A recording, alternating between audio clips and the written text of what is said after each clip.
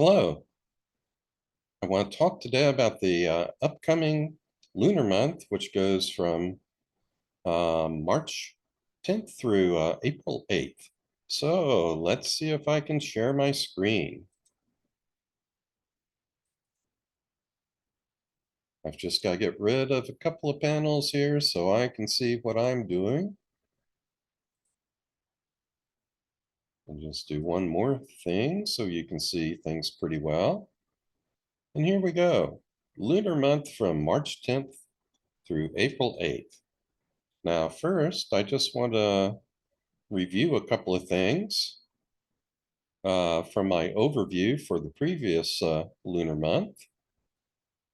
And one of the things I had here was February 19th conjunction of Chiron with the North Node can intensify wounding, healing, and transcendence throughout the year as a consequence of the intensification of the transcendent energy that Chiron represents. If you've listened to previous videos I've done and heard me talk about Chiron before, you know that I believe that the real urge of Chiron is it wants us to transcend the visible world.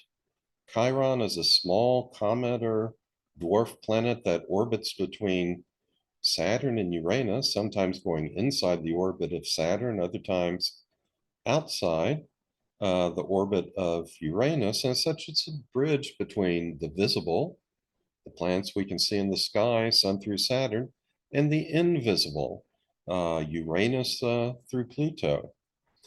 And it is this drive within us to go beyond what we can plainly see, to go where no man has gone before. As they said on the original Star Trek, which, by the way, premiered under the auspices of some very good aspects to Chiron. So that, in my opinion, in my experience, is what Chiron really wants to accomplish. And when you get the sweet side of Chiron, it's just a beautiful transcendent energy. It's very much like a beautiful composition by Tchaikovsky, who, by the way, has Chiron very strong in his natal chart. I believe it's conjunct his ascendant. However, when we're not ready to expand our horizons, then that hard Saturnian shell we've erected around ourselves often has to be cracked first in order to let the light in or the light out, whichever the case may be. And that's where the wounding comes in. And when Chiron is affecting the world, typically you get a little bit more wounding than healing or transcendence. But for those who are spiritually open, this whole year is going to have a very strong Chiron influence. So this, for many, will be uh, a great year for spiritual growth. But if we're not careful, it could also be a year of wounding for a lot of people. So, was there any wounding that happened around the time of this February 19th conjunction? Well, one of the big headlines in the news was that Alexei Navalny died in a Russian prison, and that was on February 16th of this year. Okay, now let's see, what else did I have here that would be kind of tense? Well, I said tensions will rise around February 13th as Mars conjuncts Pluto, and again around February 27th as Mars squares Jupiter. You know, this isn't always, well, these aspects, we can find them exact to the minute, but it's an influence. It's like a tide coming in, and things can uh, happen or break before the aspect becomes exact or after the aspect becomes exact. So, what happened around February 13th? Well, this is when some Israeli airstrikes killed over 100 people in Rafah on February 11th. Uh, They were targeting specific people in Hamas, but there's a lot of collateral damage this time. And then around February 27th, actually, I believe it happened on February 29th, there were over 100 people in Gaza who died from either stampedes or clashes with the Israeli Defense Forces as a convoy of trucks attempted to deliver aid to Gaza. This is an ongoing situation. Of course, each side says it's the fault of the other side. Um, and I hope we can get at the truth of it all. There's some reports from the Israelis that the drivers of the trucks themselves just plowed into the crowd of people. But again, let's wait and see what investigations show. Now, there's another tense period that will rise again around March 9th as Mars squares Uranus. Well, I'm making this video on March 3rd, so March 9th has yet to be determined, but this is just a day before the start of the next lunar month, just a day before the next new moon. So, uh, whatever happens around March 9th, I'm sure it will be in my uh, review about a month from now. So when I get into the lunar month, that starts with the April 8th, 2024 solar eclipse. I'll do try and remember to do another review of the previous uh, lunar month, and we'll see if anything notable happened at this time. Okay, now let's get into this month, March 10th through April 8th. And this first chart here shows the major aspects, actually just conjunctions, squares, oppositions, sextiles, and trines that will occur during this lunar month, March 10th to April 8th. And if you look in here, it's a big nothing. And in some ways, that might be kind of good. It suggests that for a lot of the world, this may maybe a month in which we get a bit of a breather, get to sort of pause a bit, catch our breath, figure out what's going on. And let me also mention that this doesn't mean that there won't be hotspots in the world. There are certainly going to be people and countries who go through big things this month. Some of that I'll cover in a second video. But for the world at large, uh, we have neither the major tensions that we've had in the past or major relaxation breakthroughs. It's just sort of a pause in things. Now, nonetheless, there are going to be some important aspects that begin the lunar month and that end the lunar month. The day before the new moon on March 9th, that is when Mars is square Uranus. So uh, that, for better or worse, it kind of can help set the tone for the lunar month. And what do we mean by Mars square Uranus? Well, Mars, of course, can be action, assertiveness, energy at its best. It can be aggression and violence at its worst. Uranus can be uh, scientific breakthroughs, creativity, inspiration at its best, and revolution and chaos at its worst. Now, Mars is going to be in Aquarius. The one thing I like about that is it's a sign of group action, group creativity, people working together, power to the people. Uh, Uranus is going to be in Taurus. It's been there quite a while now. In Taurus, it's it likes to stay the course, preserve things. It's a very fixed sign, and fixed earth sign. And it's also connected with money, possessions, and finances, things we want, things we like to do. So, with Mars in Aquarius making a square to Uranus in Taurus, well, this uh, could be groups that have the power now uh, interfering somewhat with individual freedom or uh, things that the financial sector wants to do. Now, that's one way things could work out. This could also just simply manifest as sudden violence, aggression. Uranus always breaks up the existing pattern, so it's very revolutionary. So we need to keep an eye out for any sort of violent acts, either by individuals or groups, organizations that occur around this time, which may set a tone for the month. And then right after the end of this lunar month, on April 10th, we have Mars conjunct Saturn in Pisces.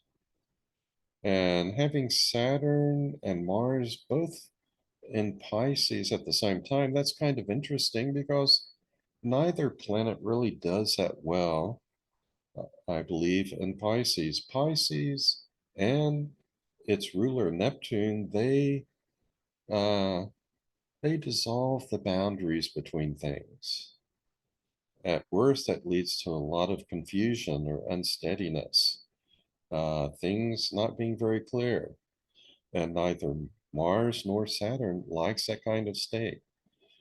Saturn wants to create boundaries, it wants to crystallize things. Mars is action, but how do you take action when you can't get a firm footing on where you are? So, uh, at its best, uh, the influence of Pisces could result in peace and compassion. Saturn could restrict aggression. No more war. That would certainly be a great outcome. And that sort of thing's at its best. At its worst, well, this is where uh, Mars wants to act. It wants to do things now. Saturn is restricting it. Mars gets very frustrated. And then eventually, maybe that frustration boils over, resulting in even more violence. So, this lunar month could begin with a bang and end with a bang. And we'll have to keep an eye on what happens around these two dates. Okay, now I have some other things highlighted here which fall outside of the lunar month, but they're worth noting nonetheless. Jupiter is going to make an exact conjunction with Uranus and Taurus on April 20th. This is also going to be the same date for the first Chiron return that will go through this year and all the July 1776 charts for America. I prefer the July 2nd chart for the passage of the resolution for independence. Uh, most people will use the July 4th Sagittarius rising chart for America, but I feel like the July 2nd one works a little bit better and maybe makes a little bit more sense. When Jupiter comes into conjunction with Uranus, uh, we expect some technological scientific breakthroughs. This could be a very good thing, but at the same time, it might be a little disruptive to the economy or to the stock market because Uranus tends to break up the existing pattern. So again, we'll just have to wait and see what gets turned upside down around this time. Interestingly, we have two good aspects on April 19th, the day before. Uh, they're both going to come from transiting Mars. Transiting Mars is going to make a sextile to both transiting Jupiter and transiting Uranus. And that can bring out the good, the more positive side of Mars. So it could be some really beneficial actions that are taken when it comes to things people need, want, or global economy, stuff like that. Uh, I also have uh, a red box around Mars conjunct Neptune. That is not going to be exact until April 28th, so I'm not really going to talk about it now, but it's going to take place in Pisces. Neptune does very well in Pisces since it rules Pisces. This brings out feelings of compassion, desires for peace, desires to not be constrained by boundaries. And Mars adds an element of action to that. So, at its best, we could have some compassion actions that could be very beneficial for the world. At its worst, we have deception, misinformation. That's also connected with Neptune. And misinformation, deception that leads to violence. But that gets beyond this particular lunar month. Um, I don't have a box around transiting Jupiter, making a sextile to transiting Saturn. That's been going on for a while. That brings about a balance between growth and regulation. And you might notice how well the economy and the stock market have both just been humming along lately, doing quite well. I hope that continues. Nonetheless, the influence of this sextile is not going to continue. It's going to fade very quickly after the new moon. Okay. As well, the influence of Chiron's conjunction with the North Lunar Node.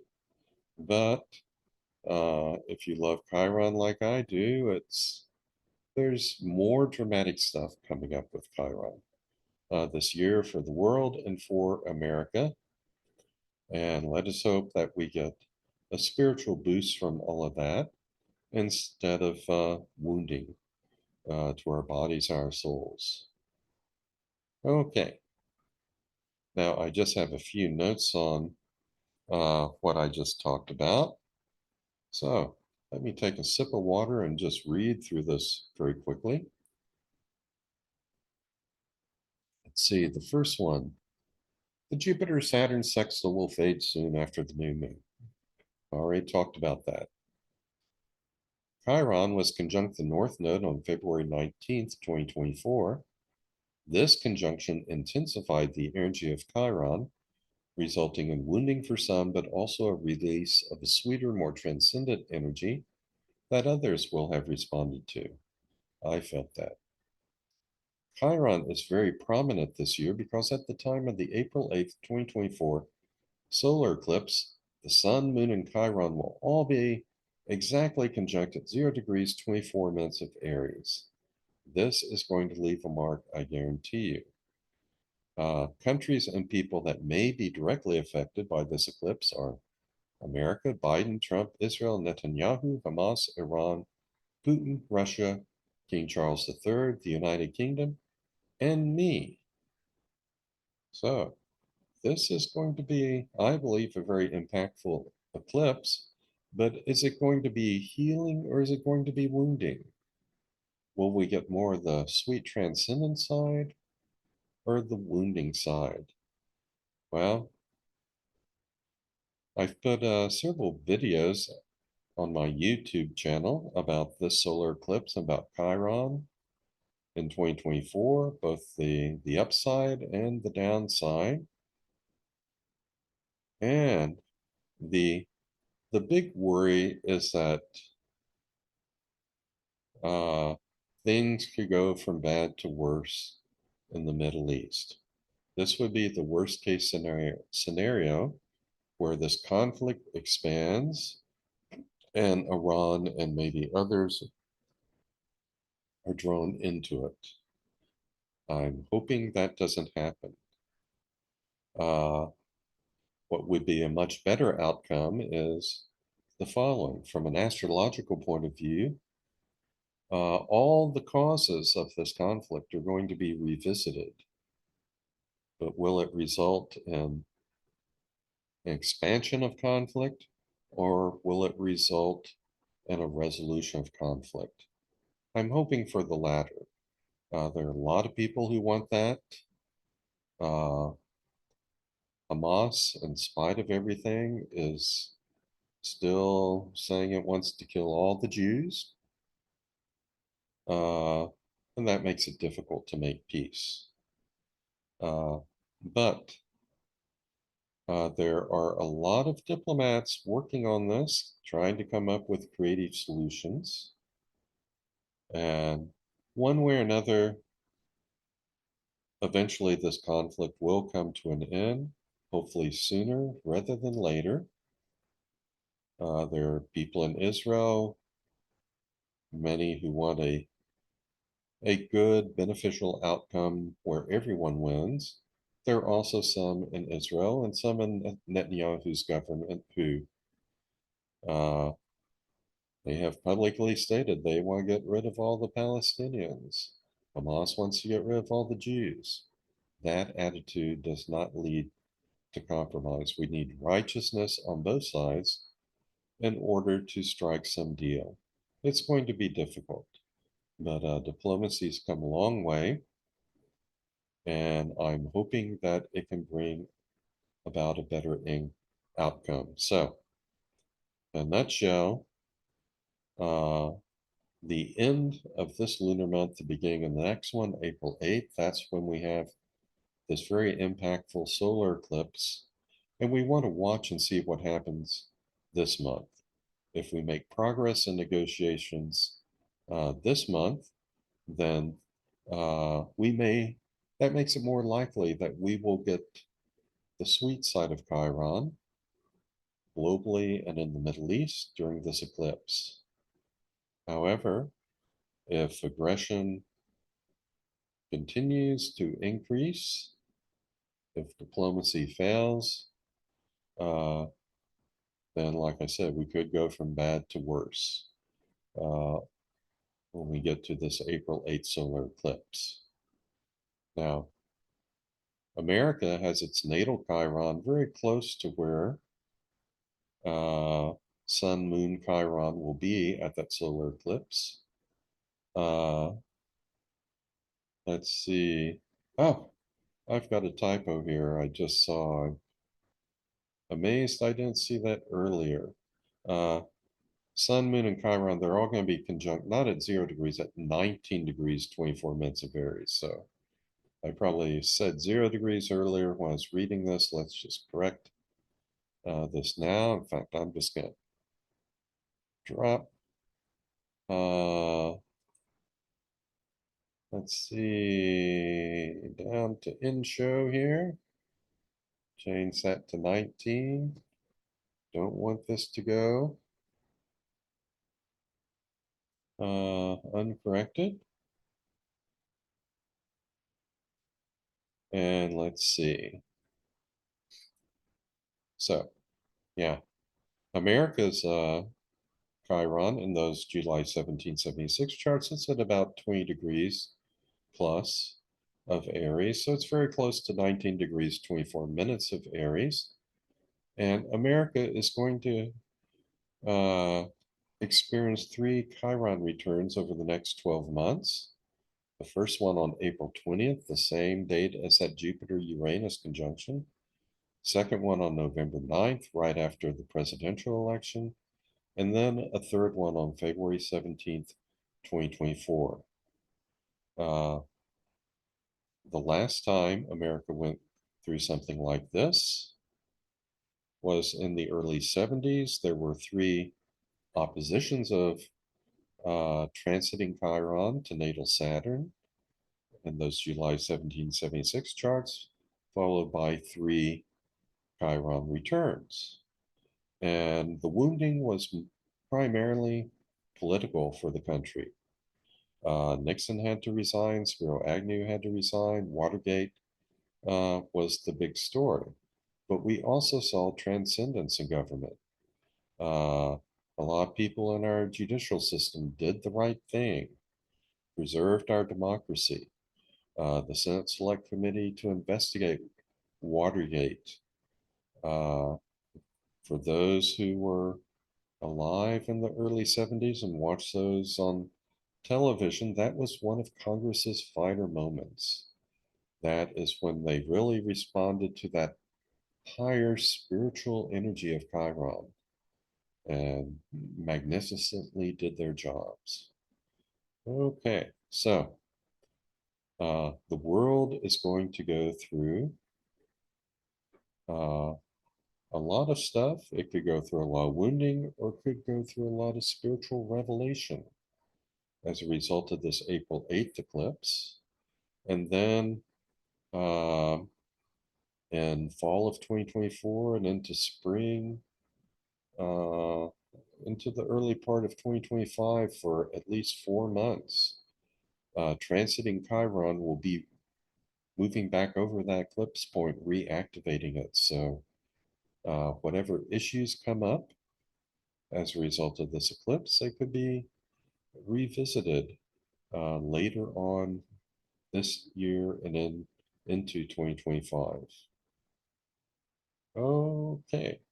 And then, of course, America's got its 3 Chiron returns. We're still struggling to uh, save our democracy and upright the ship of state.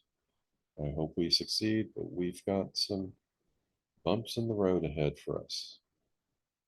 All right, now another thing going on. Mercury's going to enter its retrograde zone on March 16th, turn retrograde on April 1st, and it turns direct on April 25th and leaves the retrograde zone on May 13th. So, in particular, pay attention to whatever goes on during the last half of March, because those issues are likely to be revisited uh, when Mercury goes retrograde. And from April 1st through April 25th, we'll be revisiting all that stuff. Okay. And actually, we revisit it twice. We revisit once retrograde from April 1st through April 25th, and then we go over it again when Mercury moves direct from April 25th through May 13th. So this could be a very big Mercury retrograde. Of course, uh, 2 eclipses are going to happen during this time that Mercury is in the retrograde zone. We have one on March 25th, the lunar eclipse, and then the solar eclipse on April 8th. Okay. And let's see, last thing I note here is what I just said. There's a lunar eclipse on March 25th and a solar eclipse on April 8th. So, in spite of the lack of hard and soft aspects among the outer planets this month, Jupiter on out, uh, there are other things which could make this month very notable, very intense. Okay, now, because Chiron is going to be so influential this year, I'm going to say that this is a year is a good time to watch the movie Everything Everywhere All at Once and to listen to the beautiful music of Tchaikovsky. This movie represents the higher spiritual warrior side of the Jupiter Chiron conjunction that occurred in Aries on March 11th, 2023. We always get something very sweet and enduring as a result of these Jupiter Chiron conjunctions. What happens in Aries, you think of spiritual warriors. And the last one we had in Aries was, I think it was in March 1976. It was the month that they began filming Star Wars. And what are the Jedi Knights if not these spiritual warriors? Anyway, after this conjunction on March 11th, 2023, the very next day, this movie swept the Oscars. Uh, this is in media, the sweet, transcendent, spiritual thing that happened. There are a lot of deep spiritual messages to this movie. So I really encourage you to watch it if you haven't already. And if you have, watch it again. Also, it is no cosmic accident that this movie has now become available on Netflix just after the Chiron North Node conjunction on February 19th and just before the April 8th Sun Moon Chiron solar eclipse conjunction. Additionally, Tchaikovsky is a composer strongly impacted by Chiron. In his natal chart, I believe he has Chiron rising, and much of his beautiful transcendent music was composed following a similar Sun Moon Chiron solar eclipse conjunction in Aries, not completely exact, but still within orb, on April 5th, 1875. Following this conjunction, in the months that followed, Tchaikovsky's famous and beautiful Piano Concerto Number 1 premiered, I believe, in Boston. So, listening to good music is a good way to heal your mind, to balance your mind. Really good classical music is excellent for this. Not rock and roll. I mean, there's a lot of beautiful Beatles songs I like, but there's something even higher than that. So, uh, not rock and roll, not heavy metal music, maybe not even Taylor Swift. I may be getting in trouble for saying that because I haven't really listened to a lot of her music, but I just know that classical music can have a very beneficial effect on the brain. And Tchaikovsky, in my opinion, he is the Chiron composer. So many of his compositions reflect that sweeter, enduring, beautiful side of Chiron. So, as I say these days, listen to Tchaikovsky, save the world. All right, even though we're not getting hard or soft aspects from the major planets Jupiter on out during this lunar month, we will get some action in terms of inconjuncts. The inconjuncts are the semisextiles and the quincunxes, that's 30-degree and 150-degree aspects. They're kind of called inconjuncts because when two signs are either 30 or 150 degrees apart, they don't really have much in common. They reflect different elements. The elements are fire, earth, air, and water. They reflect different modes. The modes are cardinal, fixed, and mutable. So the signs the plants are in are usually as different as they can be. As a result, uh, in conjunct aspects, they usually require some kind of adjustment or compromise to be made. These aspects are aspects of change. Now, most of these in conjuncts are going to be fast moving. I didn't flag Saturn and Jupiter. They're both making semisextiles to the North Node, and that can help them work in harmony a little better.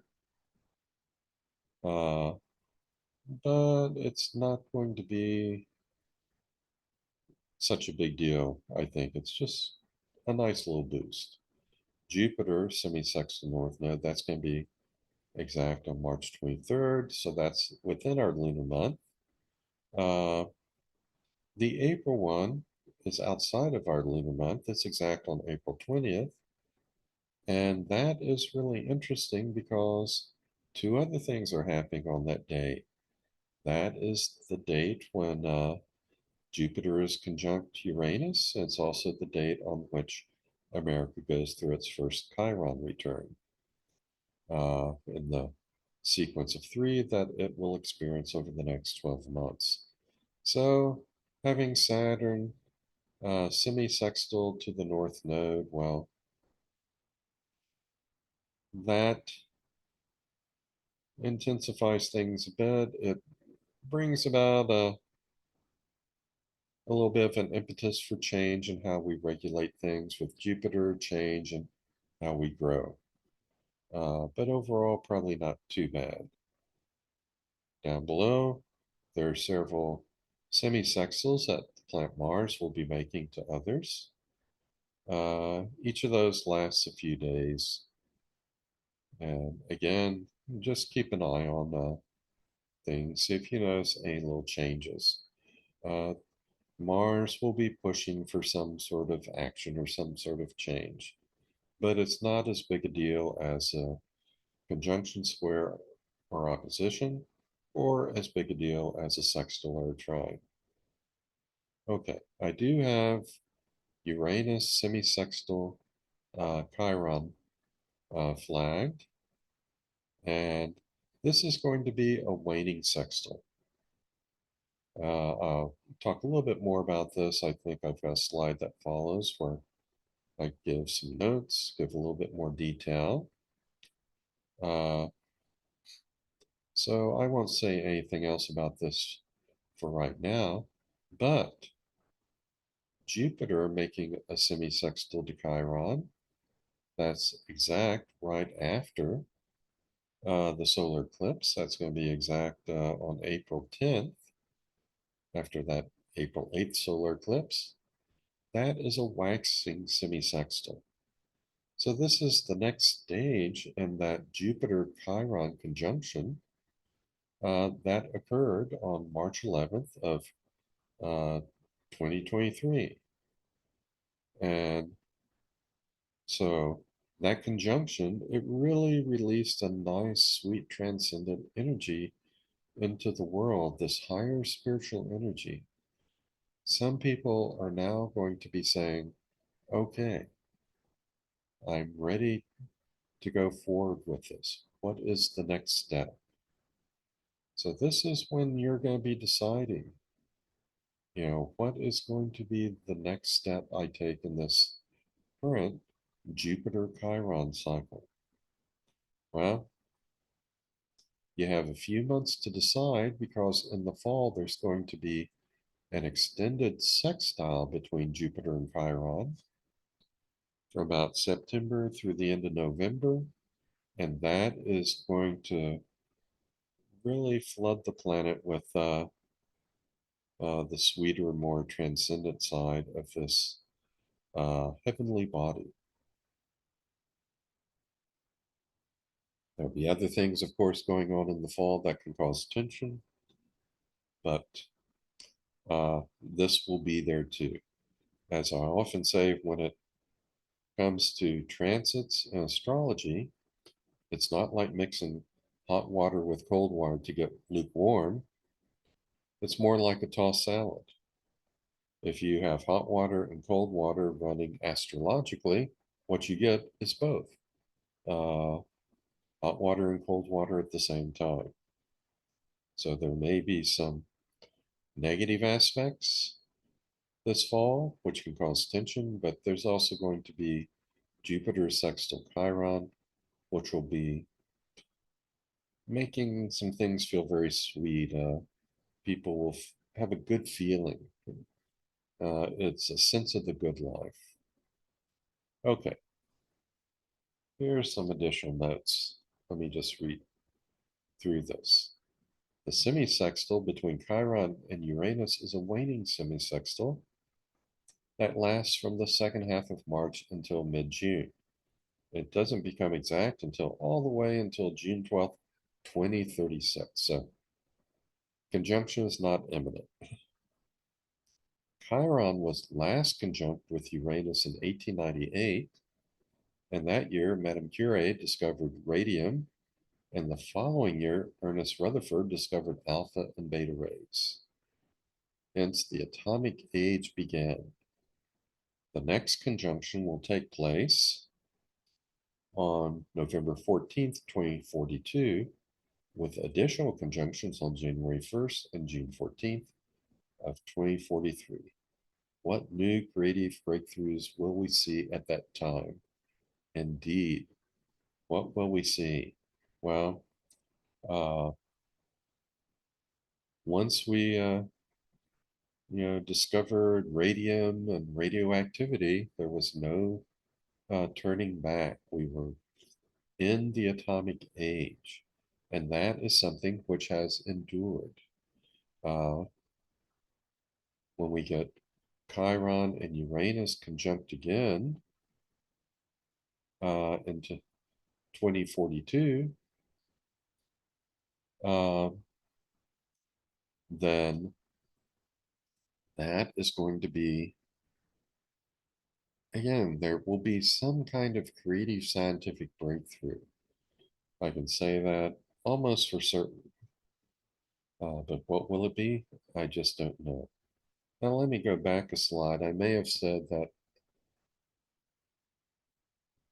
this won't become, Uranus and Chiron won't become conjunct. I hope I didn't say until 2036. What if I did? What I meant was not the conjunction, but the semisextile. That is not going to become exact until June 12th, 2036. So we got sort of this close semisextile, waning semisextile that'll be with an orb from mid-March until mid-June. Doesn't become exact, strangely, until all the way until 2036. And then the conjunction, that happens in 2042. And there'll be three conjunctions uh, between 2042 and 2043. So it's going to be very impactful. Something new that we don't see right now will break through. Okay, in fall of 2024, this is what I was talking about. There will be an extended sextile between transiting Jupiter and Chiron that will last from mid-September until the end of November. And in USA 1776 charts, the sextile between transiting Jupiter and natal Chiron will last from the end of August through November. So that's going to be good for the world and good for America. 4 months where you have this sense of the good life, the way things ought to be. Also, in the USA July 2nd, 1776 chart, for the passage of the resolution for independence, this sextile will be exact on September 11th and November 5th. That's going to be the date of the presidential election. And the sextile will be exact between the transiting planets on October 12th and November 3rd. This will bring a sweeter, more transcendent energy that the world is desperately in need of. It will bring that in. Okay, now let's see. I want to check that November 5th day and make sure I didn't mean November 9th. So just give me a second here. I'm going to drop out of the show, and I don't think you're going to see what I'm doing right now, but I'm in one of my astrology programs. I just want to double check on this date for Jupiter. Uh, Conjunct natal Chiron in the July 2nd chart, 1776 for America. So let me double check here. I got so much in my brain, I can't always keep it straight. Okay. Okay, let's see, what am I looking at?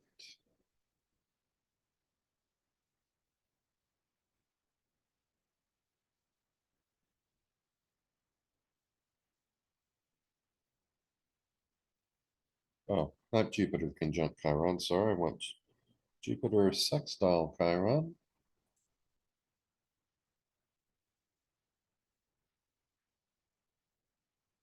And let's see, I'm getting there.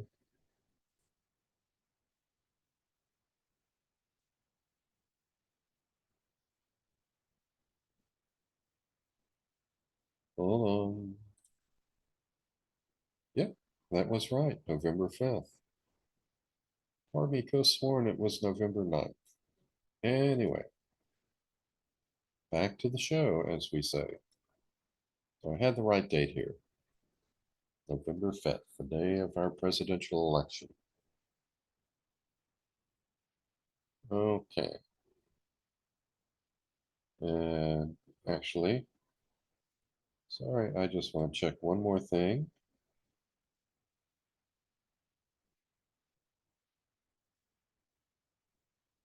Look at my date for the transits.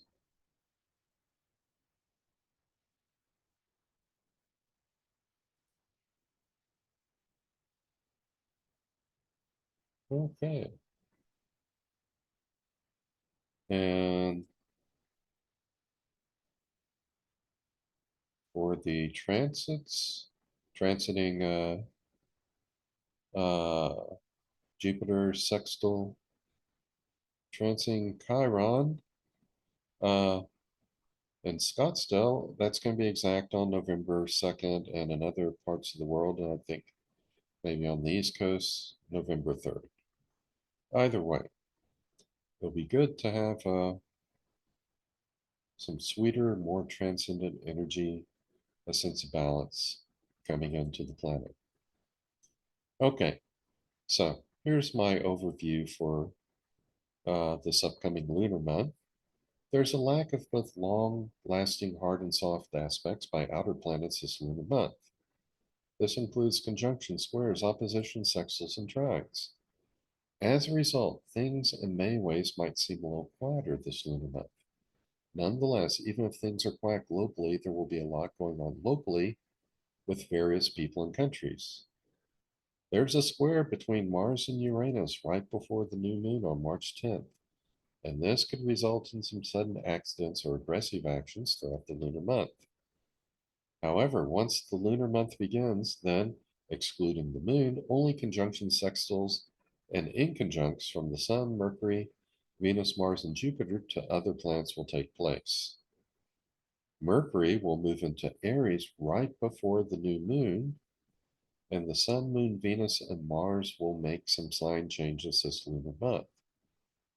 So that's one of the things that'll be happening. And Mercury will turn retrograde at 27 degrees 13 minutes of Aries on April 1st. And even though there are no hard or soft aspects among the outer planets this month, there will be several semi-sextiles, and this suggests that March will be a month of adjustment, change, and compromise. And let's hope that diplomats around the world do a good job to help reduce tensions between people and countries. Okay, now, as I usually do, I'm going to look at the new moon, the first quarter moon, the full moon, the third quarter moon, and then end with the next new moon, which will be that April 8th solar eclipse. Uh, I don't usually look at the semi-sextiles and inconjuncts when I do this. I usually focus more on the hard and soft aspects, but we don't have a lot of uh, those aspects going on this month, so I've included some of the semi-sextiles also. We won't have any quincunxes to planets, just to things like the South Node, lunar node right here. Okay, so new moon on March 10th. Now, before I talk about these aspects, notice how bunched up the planets are here. We've had a lot of planets in Aquarius, Pluto finally getting back to Aquarius. That is huge. This transfers power from individuals to the people. So either organizations like NATO, the United Nations, or uh, people protesting in the streets. You can already see by the time we get to the new moon, uh, we have more things now in Pisces. So, whereas Aquarius can focus on group action, group creativity, and humanitarian concerns, as things move into Pisces, uh, we get more compassion from people, more people wanting to help others. But there can also be more misinformation or faulty information about things. As we go through this lunar month, uh, the faster moving planets will move into Pisces, but some of these planets here will then start to move into Aries by the end of the month. And at its worst, Aries is very militaristic, it's aggression, it's violence. But at its best, it's renewed energy and new starts, new beginnings for things. So it doesn't have to be so negative, but that's the way the energy is going to be flowing, moving from uh, working with groups, humanitarian concerns, to trying to find peace and compassion. Good time to visualize world peace. And then, if we're lucky, new starts rather than new wars. And meanwhile, we got Jupiter and Uranus and Taurus getting closer together, moving toward that conjunction. Uh, we could see more shakeups, sudden changes in the economy or the stock market in either direction. We could see new inventions that will be a financial pleasure for probably a lot of people. Okay, now the biggest thing here is we start this lunar month with Uranus and Mars still making a pretty strong square. That can be rather aggressive, uh, and this could color the entire month. The good thing is that Mars is an Aquarius, so this could represent action taken by groups rather than individuals or individual countries. So it may be NATO that steps up in some way, or the United Nations that steps up, or alliances that we have, alliances between nations in the Middle East may step up in ways to help end the current conflict and provide a good future for Palestinian people, a good future that doesn't involve Hamas, since as long as Hamas is there, Israel will be at risk. So it has to go. And it's very sad that Hamas is so embedded among the population that it's almost impossible to do this without collateral damage, though it does seem that there is also a lot more collateral damage than there had to be. So both sides need to change and do better. Uh, but anyway, Uranus making a square with Mars, this could be turn creativity into action at its best. At its worst, more war, more violence, more conflict. Uh, Chiron is still within orb of that conjunction with the lunar nodal axis. So even though it's almost a couple of degrees away, I'm using kind of a 2-degree orb for everything here, it's still having an impact. And Chiron is going to continue to be stimulated throughout the spring. So could manifest as wounding in the world, but it's also going to be bringing spiritual transcendence to those who are ready. Uh, Uranus is making a very nice sextile to the Sun and Moon in Pisces. This is great. This is really going to stimulate creativity this month and innovation. Pisces is all about vision, where we're headed next. And Uranus is all about creativity. Taurus is about making it real, making it concrete. As I mentioned, this Jupiter sextile to Saturn aspect, that is fading, but it's provided some good balance and growth for a lot of the world over the past lunar month.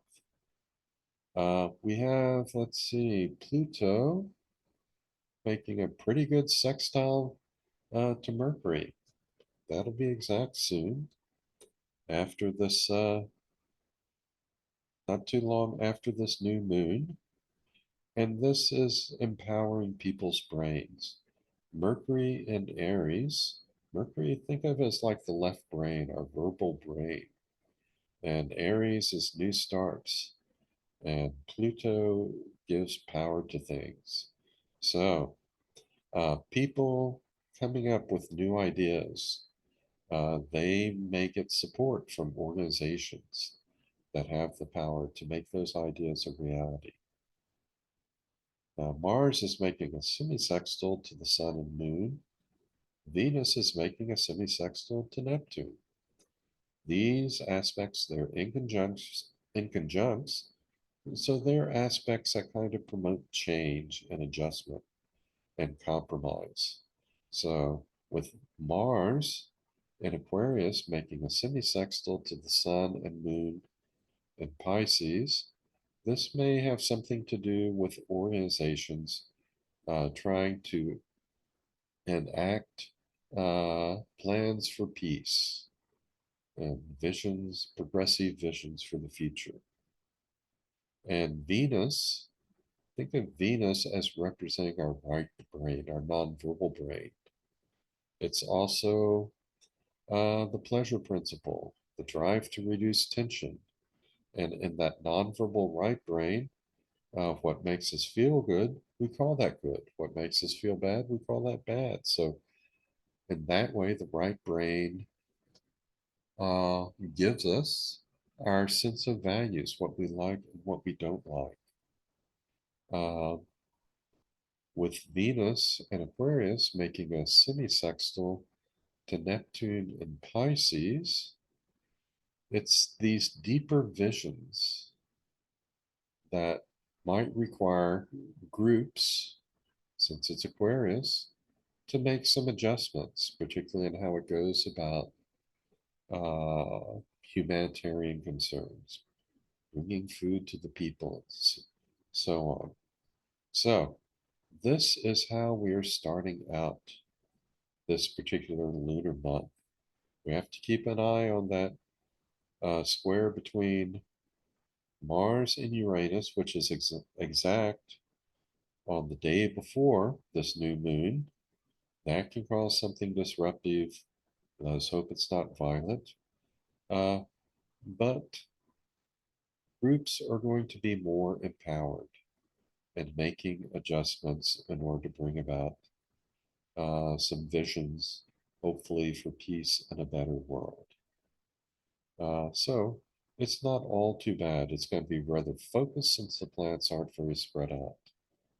But we're getting a lot of Aquarius and Pisces energy at this point and starting to get more that independent Aries energy.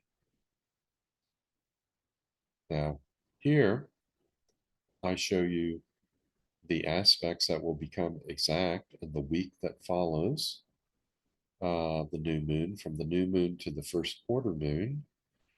And I've included semisextiles, I'm sorry, semisquares in this list. I don't usually do that. I usually stick basically with the traditional hard aspects and the traditional soft aspects. There's usually enough of them going on to define the month. But uh, because things are so close, I'm also looking at the inconjuncts and at the semi-squares that will be made this month. Now, these semi-squares, think of them as turning points. You're halfway in between, for instance, a conjunction square. So these can be points of decision where there's some sort of turn that is taken. And I'm not really going to talk in detail about each one, just simply note the dates. You can see a lot are happening March 12th through 14th. So look and see what kind of turning points we reach at this time. Uh, March 10th should be fairly pleasant because we have Mercury making exact sextile to Pluto. On March 11th, Venus is going to go into Pisces, where I think it'll be pretty happy there. Uh, so we might get more of this feel good Piscean energy. It might be sort of like having our own morphine drip, in a sense. And we have Venus in conjunct or semi-sextile Pluto on March 12th. That requires adjustments of some sort or another. So our personal desires may have to make some adjustments with regard to what the powers that be, the groups that are in charge of us, want to do. Okay, but that's pretty much this first week following the full moon, that period in between the full moon and the first quarter moon. Now, when we get to the first quarter moon, all of those times when the sun and moon are either conjunct, square, or in opposition are times of slightly elevated tension. And we know this scientifically. We've seen, um, more deaths from uh, aneurysms and heart problems at some of these times, more sleep difficulties during some of these times. So there's science out there to back up this long held belief that there's a little bit more tension when sun and moon are either conjunct, square, or in opposition. Okay, now the first quarter moon is going to be on March 16th. Of course, we always have a square there. Uh, but we have some nice things going on. The moon is going to be making a trine with Mars. Mars is in Aquarius, so this has to do with groups rather than individuals. So, groups of nations, uh, group alliances, they may find it a little easier at this point in time to take some actions that implement good ideas, represented by Moon and Gemini. Gemini is always thinking, always coming up with some good ideas for stuff. Now, we also have Sun and Neptune making a semi-sextile to Mars. And I have up here Sun conjunct Neptune and Sun Neptune square Moon. I didn't talk that much yet about Sun conjunct Neptune, but you can see how strong it's going to be at the time of this first quarter moon. Sun conjunct Neptune can be very inspiring. This can be a time for great visions. Uh, but since Neptune dissolves the boundaries between things, it can also be a time of great confusion and misinformation. That would be the downside. The square could result in a lot of false information being communicated to the public. But the upside would be people having visions for world peace, people having visions for a better future. And with this conjunction making a semi-sextile to Mars, that says some sort of adjustment will have to be made in order for groups or organizations to be able to implement these visions, to turn these visions into concrete action. Okay, now Jupiter and Saturn are both making a semi-sextile to Mercury. This is of a little bit more interest because Mercury is about halfway in between Jupiter and Saturn at this time. So the semi-sextile requires some adjustments, some compromises to be made. Uh, this may have to do with talks or individual thought, thinking. Uh, hopefully, this has to do with ending wars, ending aggression, which suits Aries just fine. But Jupiter is growth, Saturn is regulation. Uh, this will help sort of keep that sextile between the two in effect for a while as they try and influence the minds of individuals, hopefully in a good way. Now, in about the week that follows, the period from first quarter moon to the full moon, which will be a lunar eclipse, there's a lot of stuff going on. This could be the most active week of this lunar month because we've got a lot of different aspects. Uh, and I'm not going to go over each one, but we got a semi-sextile, a conjunction of Sun and Neptune that becomes exact on the 17th, another semi-sextile, another conjunction, semi-sextile, semi-square. Sun goes into Aries on the 19th. Conjunction of Mercury and Chiron that could release some transcendent thought. Sextile between Sun Pluto, that's good. Venus conjunct Saturn on the 21st. Uh, that's usually a somber time because Saturn wants to control, regulate. Uh, Venus wants to reduce tension, experience pleasure. With these two being conjunct in Pisces, well, our joy is being diminished. Worst case scenario would be more legislation of the sort coming out that has to do with controlling women. Uh, I hope we don't see more of that. But that's followed by another semi-sextile than Mars going into Pisces, where it may not function as well.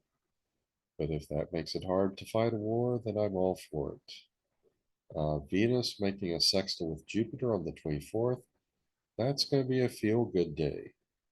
Uh, there's other stuff going on, but you'll probably have some good feelings at that time.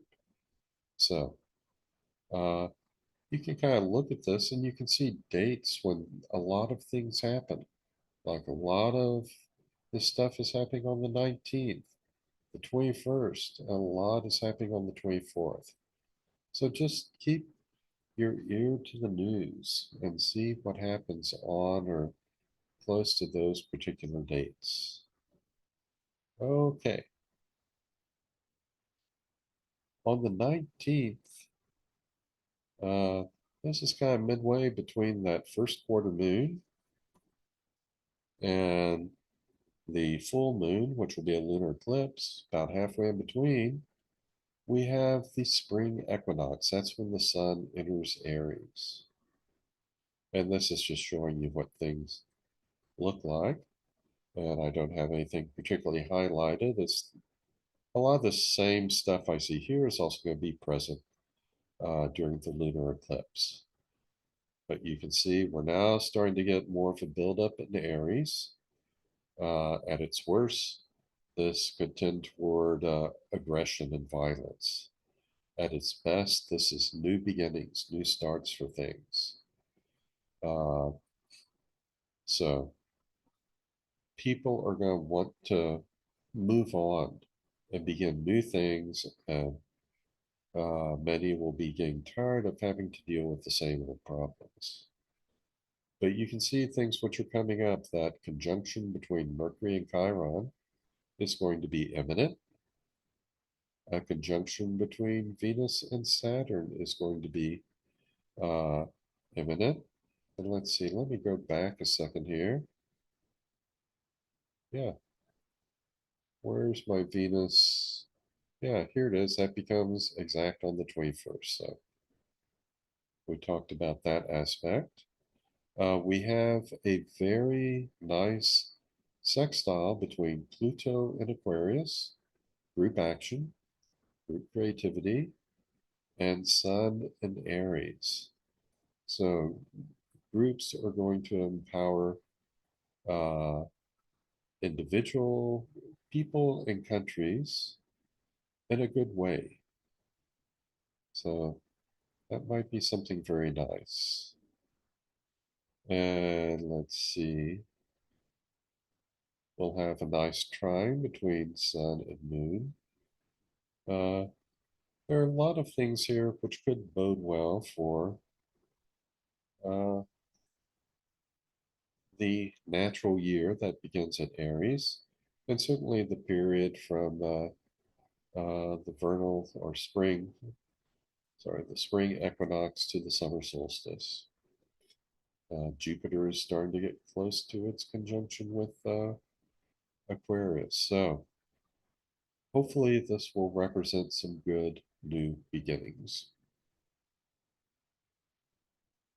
And now we get to our lunar eclipse, full moon on March 25th. And a lot of the aspects I was just talking about are here.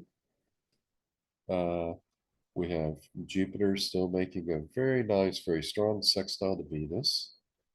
That is going to bring in some good energy. Pluto making a semi-sextile to Mars. I believe Pluto and Mars were conjunct. I think it's in the summer of uh, 2022, and that is when the war between Russia and Ukraine was still pretty new and it was raging. But now with the semi-sextile, we're trying to get into the next step of things. So hopefully this will help lead to resolution. The power is now in the hands of groups, not individuals. And Pisces, Mars is in Pisces. Pisces doesn't like to fight. So hopefully it will dissolve that anger and help make things better. Chiron is making a semi-sextile uh, to both Venus and Uranus. It's midway between the two, and that should be interesting. Uh, Basically, it looks like we're getting this transcendent energy of Chiron being coupled with this very pleasant feeling of Venus in Pisces, pleasant dreams, as we say, and this very creative, inspirational uh, tone that is being set by Uranus and Taurus. Okay, those are the main things there that I want to mention. Uh, let's see. So let's go on.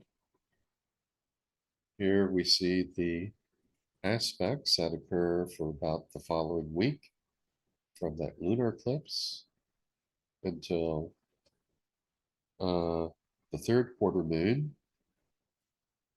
And there's not as much as we had during that previous transition period. So this week will probably be a little calmer. We've got some semi-sextiles here. I'm sorry, semi-squares.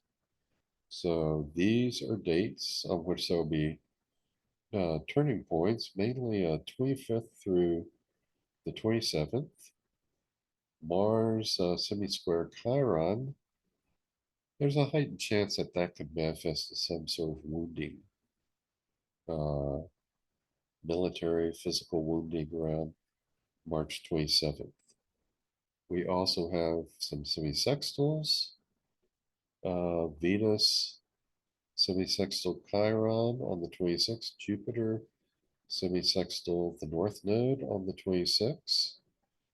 And this has to do with adjustments, compromise, and change being made. So hopefully this will promote some peaceful compromises to end war with Venus in Pisces.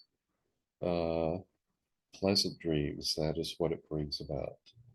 Visions of peace. And then on the 28th, we have Venus making a sextile to Uranus. This could bring some creative breakthroughs of one sort or another, either socially or scientifically or maybe in some other field. Okay, we get to the third quarter moon, where of course the sun is making an exact square to the moon. Uh, and we still have Neptune approaching. We have Venus approaching a conjunction with Neptune. Earlier, it was the sun's conjunction with Neptune that's being followed by a conjunction with Venus, and that should be very pleasant. That bodes well for things. Saturn is going to be making a sextile to the moon. That's pretty strong, and that will help stabilize things. We have only Pluto and Aquarius at this point. We have 4 planets in Pisces, and in counting the North Node as a planet, and Vedic astrology, they call it a shadow planet. So we could say we have 4 in Aries. So the emphasis is more on visions and action and new beginnings. So Venus conjunct Neptune in Pisces, that creates beautiful visions, uh, which we hope will impact the world in a good way. Saturn tries to, it's in Pisces, it tries to turn those visions into concrete reality and making a sextile to the moon. It's going to get an assist from some people in power. Mercury is going to be making a semi-sextile to this Venus Neptune conjunction. So uh, that means adjustments have to be made either with respect to new beginnings that we're commencing or to old conflicts. I would say in some areas of the world, there are hotspots. People need to change their left brain programming, their individual programming. That is the kind of change that is needed at this point in order to bring about these visions of peace. Let's see, what else do we have going on? Saturn is making a semi-sextile to the sun. Again, the warriors, or people just starting afresh with new beginnings. They're going to have to make some sort of adjustments to their structure, their game plan, their rules, their regulations. And then we have Chiron making a semi-sextile uh, to Jupiter and Uranus, which are being much closer to that exact conjunction. Wow. Again, this denotes adjustments, changes that have to be made. Worst case would be wounding through war or violence. Brings about adjustments and the economy or creativity.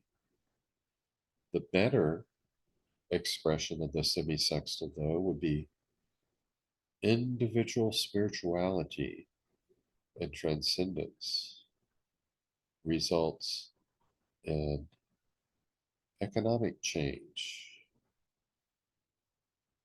results in people getting the things that they need to survive. That would be a much better, more beneficial outcome. Okay, if we look at the aspects that will take place in between This third quarter moon and the next new moon, that April 8th solar eclipse, a big one we've already mentioned on April 1st, Mercury turns retrograde. And remember, everything from mid March to April 1st, we're going to be revisiting that. So keep note of what the history is during this period. We've got some inconjuncts that'll become exact. We have Venus moving into Aries on April 4th. Venus making a sextile with Pluto on April 6th. That will be beneficial. Mercury making a semi-square to Mars on April 6th.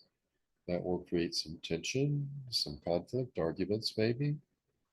Uh, Venus exactly conjunct Neptune on April 3rd. That's very nice. So, a few things going on during the week. Keep a check on those dates, see what happens. And then we get to the end of things. The solar eclipse on April 8th, that will be the next new moon that starts the new cycle. And as I've already hinted at, this one is going to be very momentous. We have Sun, Moon, and Chiron exactly conjunct to the minute at 19 degrees 24 minutes of Aries. And there's a lot of individuals and countries that have things close to 19 degrees of the cardinal sign that will be impacted by the solar eclipse, and I rattled them off earlier. We got uh, America, Biden, Trump, uh, Israel, Netanyahu, Hamas, Iran, Putin, Russia, King Charles III, United Kingdom, and last but not least, me. I have Neptune at 19 degrees of Libra in my sixth house, just exactly opposite where this will be, with a few minutes of being exact. Uh, that could cause some wounding on my part, maybe some serious illness. If so, so be it. But I had Chiron in opposition to my Neptune twice in summer of 2023, and I did have a bad illness. It was a very spiritual period, a period of great spiritual growth. So I'm hoping for even more of the same this time around. But there could be a lot of wounding in the world as a result of this conjunction at the time of the eclipse. But there could also be spiritual transcendence. So that is the question. What will we get? Wounding, healing, or joy? We'll probably get all of those. But if we open ourselves up to these higher energies and to righteousness, we'll be more likely to experience joy as a result of Chiron this year rather than wounding. Let us hope so. Also, at the time of this eclipse, Mars is almost exactly conjunct Saturn. And that can be a very potentially explosive aspect, resulting in frustrations that boil over. And the worst case would be violence surrounded by a lot of confusion and misinformation since it takes place in Pisces. But the good way this could work out would be violence is restricted, peace is restored. And that's what we should all work for. And the other thing big, as in the works, is Jupiter is almost conjunct Uranus. That'll happen a little later on April 20th. But there is this creative force in the economy right now, in the physical world. People coming up with new creative ideas and turning them into things that will benefit them and us economically. And this Jupiter and Saturn, they're also making a semi-sextile to the Sun, Moon, and Chiron.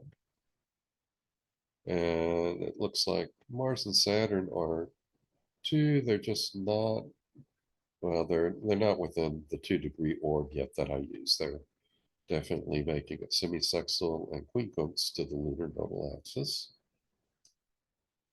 Uh, but with Jupiter Uranus making a semisextile to Sun, Moon, and Chiron, this could represent new creative ideas to help resolve conflicts, but change, adjustment, and compromise will be necessary.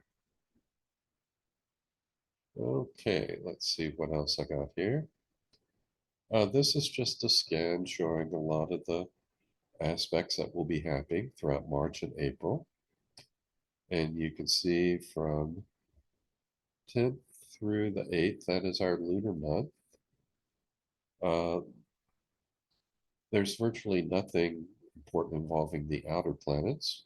Most of the action comes from the inner planets, and most of the aspects will be conjunctions, semisextiles, or semisquares.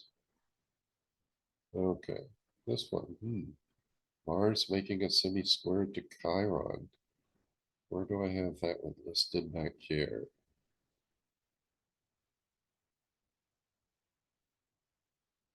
I don't think it's going to be. Here it is. Yeah, that was on the 27th. That could result in wounding. Certainly a heightened chance of that. But you can see where things kind of bunch up, where things are busier than usual. And right after that April 8th solar eclipse, things are going to be very busy for a while between that eclipse and let's say April 20th. So work for the best, be kind to people, pray for peace, visualize world peace, and give to charity. Help feed people. That is the best we can do. And try and come up with good solutions to horrible problems. Okay. And here's another little chart showing aspects throughout the month, mostly from Mars on out. And here we see things happening this lunar month because I'm not doing just Jupiter through Pluto, but I've included Mars. I've included uh, these aspects I don't usually spend so much time looking at, like semisextiles and semisquares. So this is just another overview of aspects that will be in effect throughout this lunar month, a little bit before and a little bit beyond. Okay, and I believe that that is going to be it. So let's see if I can end this slideshow. Yep, that's my last slide. So let me stop sharing my screen here.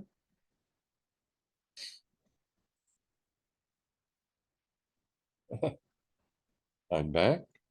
It's originally out of focus because of all those plants in Pisces. Yep, that must be what was causing it. But I've brought myself back into focus again.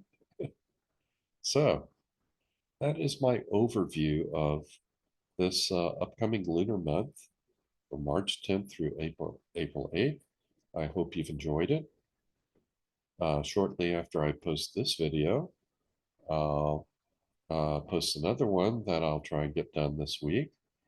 My second video is going to focus more on those individuals and countries uh, that will be impacted by this or that during the upcoming lunar month. So from that, we'll get more details about how America will be impacted, how the Middle East will be impacted, and how Putin and Russia might be impacted. So I hope you join me for that video. But for now, we've come to the end, so I'll just say so long. Be well, be kind to yourselves, be kind to others. Always strive to do the right thing and to help other people out and do what you can to make this world a better place. Uh, we're sorely in need of not so much organized religion, I'll say. We've had plenty of organized religion for a couple of millennia now, a couple of thousand years, and that hasn't been enough to solve our problems. I think we need individual spirituality right now, individual righteousness. We don't need people following the multitude to do evil.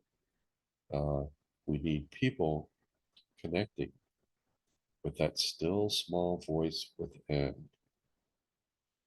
and doing things that help make this world a better place. Find that stillness within so that you can calm and balance yourself, and then use the inspiration you get from that stillness to make the world a better place. Keep in mind, though, what you think other people need is not always what they need. So don't try and control others. Just try and bring about some more balance and revelation for yourself, and then just give kindness and charity to others. And that way we can make this a better month and a better place for all of us. So that's it for now. So I'll say so long and be well.